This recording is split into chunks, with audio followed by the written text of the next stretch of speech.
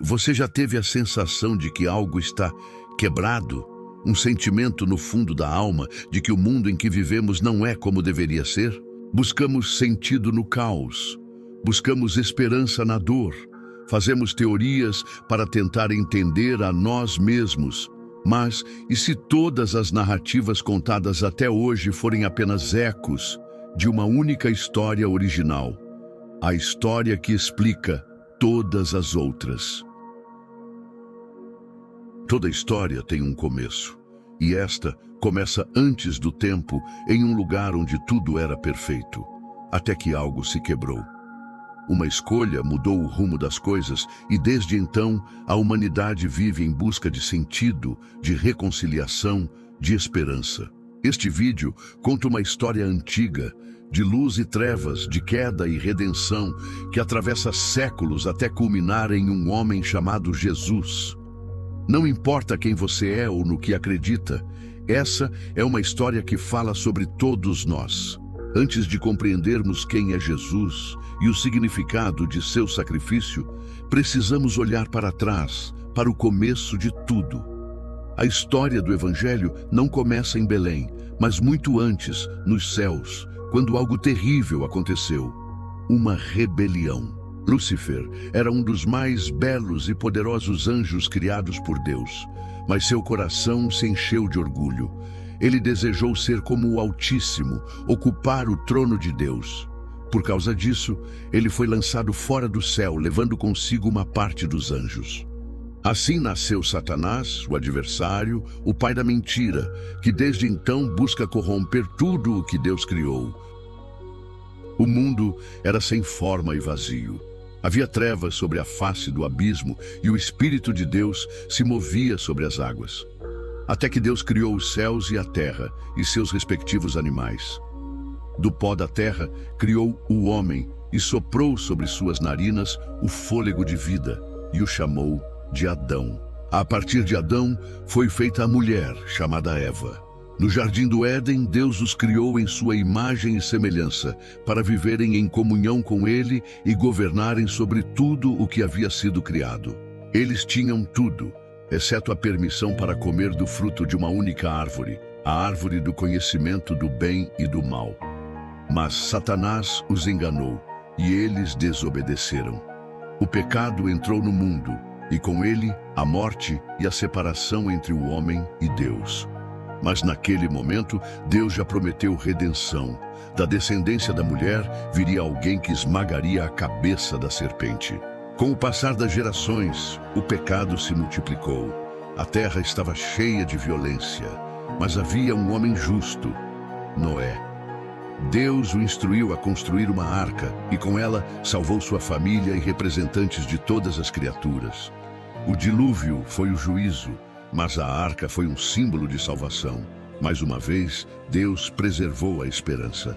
Posteriormente, Deus então chama um homem chamado Abraão e faz a ele uma promessa.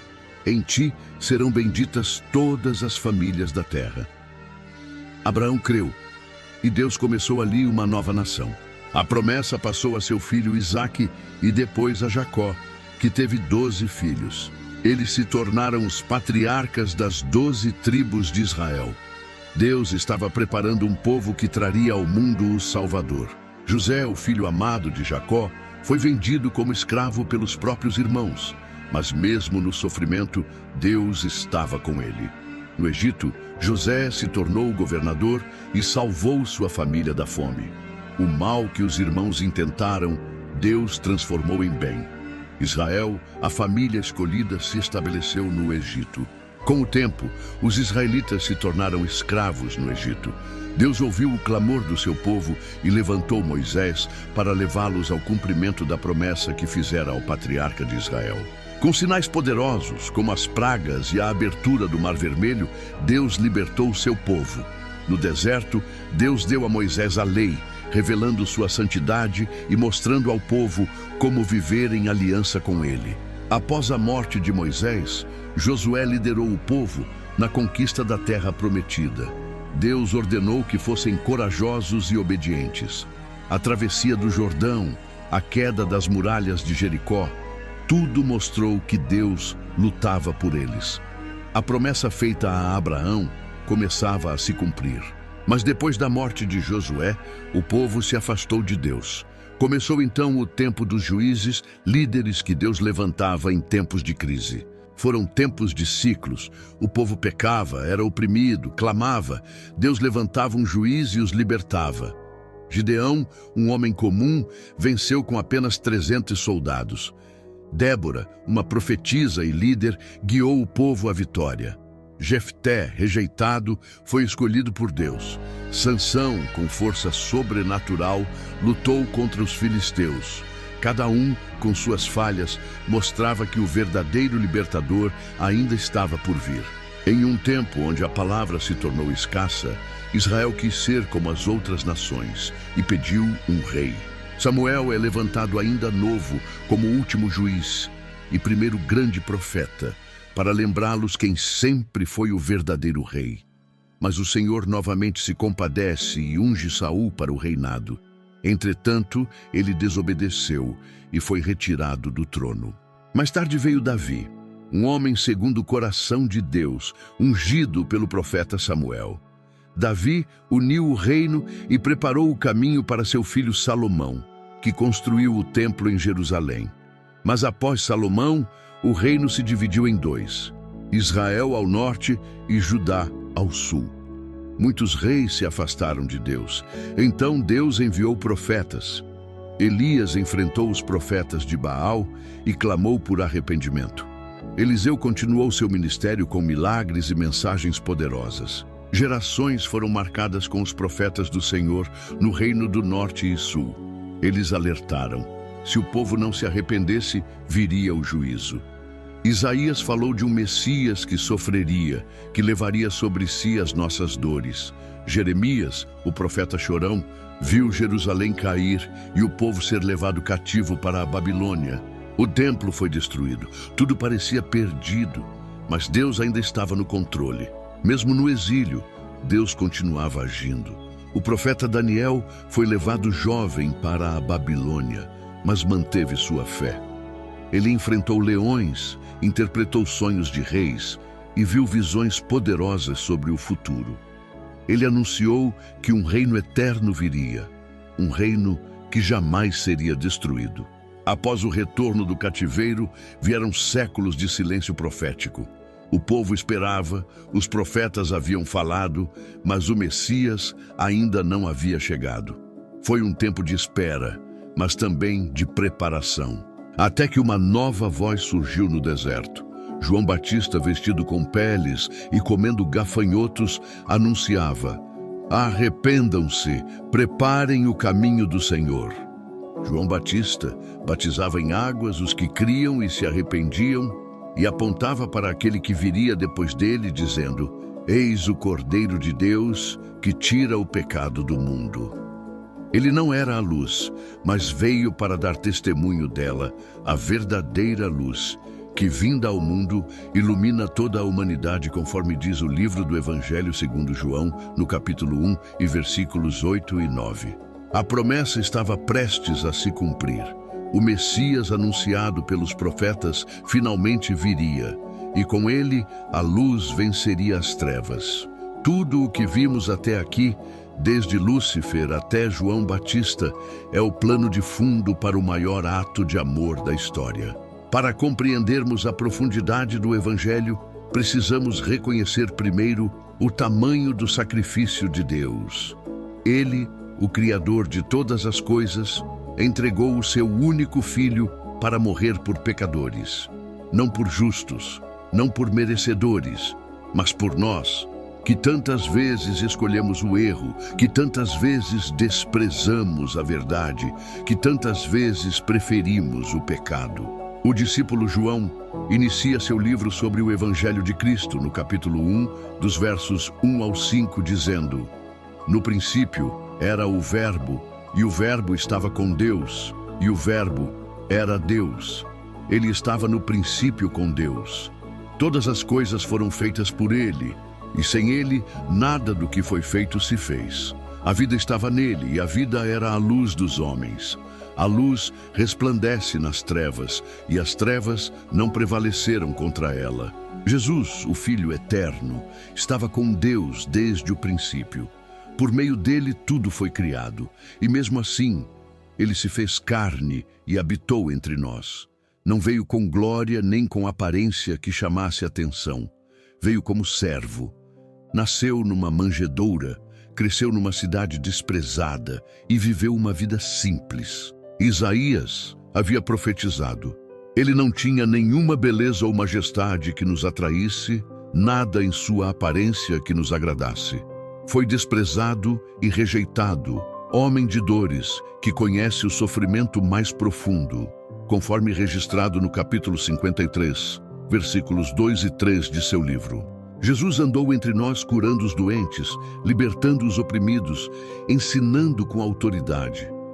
Tocou os intocáveis, perdoou pecadores, desafiou líderes religiosos hipócritas, multiplicou pães, andou sobre as águas, ressuscitou mortos, mas acima de tudo, revelou o coração do Pai, ensinou o amor, a justiça, a misericórdia e preparou discípulos, homens comuns que ele chamou para segui-lo e que com ele aprenderam o significado de servir e de viver o reino de Deus, honrando-o até a morte. Mas nem todos o aceitaram. A luz brilhou nas trevas, e as trevas não a compreenderam. Foi rejeitado pelos quais veio para salvar, foi traído por um dos seus, entregue por dinheiro, julgado injustamente, condenado sem culpa, e como um cordeiro diante do matadouro, não abriu a boca. Isaías também havia dito: ele foi oprimido e humilhado, mas não disse uma só palavra. Foi levado como cordeiro para o matadouro. Isaías 53, verso 7. Ele foi espancado, zombado, coroado com espinhos. Carregou uma cruz pelas ruas de Jerusalém e foi crucificado entre criminosos. E mesmo ali, pendurado, ele intercedia pelos que o feriam. Pai, perdoa-lhes, pois não sabem o que fazem. Na cruz, Jesus não apenas sofreu fisicamente, ele carregou sobre si o peso do pecado de toda a humanidade. Experimentou o desamparo e total separação do Pai como consequência do pecado que nunca cometeu, o nosso pecado. Cristo foi ao inferno e experimentou do pior sofrimento que um homem pode ter. Tomou o lugar de dor que era nosso, a culpa que nos pertencia. Como Paulo escreveu aos Romanos, no capítulo 5, verso 18, assim como por um só homem o pecado entrou no mundo e com o pecado a morte, assim também por um só ato de justiça veio a graça sobre todos para a justificação de vida. Foi injustiça, foi crueldade, mas foi uma escolha. Ele se entregou voluntariamente, por amor. Mesmo sendo Deus, não considerou o fato de ser igual a Deus algo a que devesse se apegar. Pelo contrário, esvaziou-se até assumir forma humana, humilhou-se e obedeceu até a morte, e morte de cruz. Filipenses capítulo 2, do versículo 6 ao 8. Seu corpo foi colocado no túmulo de um homem rico, como Isaías havia profetizado, capítulo 53, verso 9. Jamais havia enganado alguém, mas mesmo assim foi sepultado como criminoso. Mas a cruz não foi o fim. No terceiro dia, ele ressuscitou. A morte não pôde detê-lo. O inferno não pôde vencê-lo. Ele desceu às profundezas, tomou as chaves da morte e do inferno e voltou à vida gloriosa. Apareceu aos seus discípulos, comeu com eles, falou com eles e lhes deu uma missão: ide por todo o mundo e pregai o evangelho a toda criatura. A ressurreição de Jesus é a prova de que seu sacrifício foi aceito, e por causa dele, agora temos vida e liberdade em seu amor. Onde o pecado abundou, superabundou a graça. E assim como o pecado reinou na morte, também a graça reina pela justiça para a vida eterna por meio de Jesus Cristo, nosso Senhor. Romanos 5, versículo 20 e 21. Ele foi elevado ao céu e recebeu o nome que está acima de todo nome, para que ao nome de Jesus todo joelho se dobre e toda língua confesse que Ele é o Senhor, para a glória de Deus Pai. Filipenses capítulo 2, versos do 9 a 11. Jesus deixou um legado: a cruz, o túmulo vazio e a promessa de que voltará, mas também deixou discípulos, ensinamentos e o Espírito Santo para nos guiar. Através dele somos feitos justos, através dele temos acesso ao Pai, através dele temos vida e vida em abundância.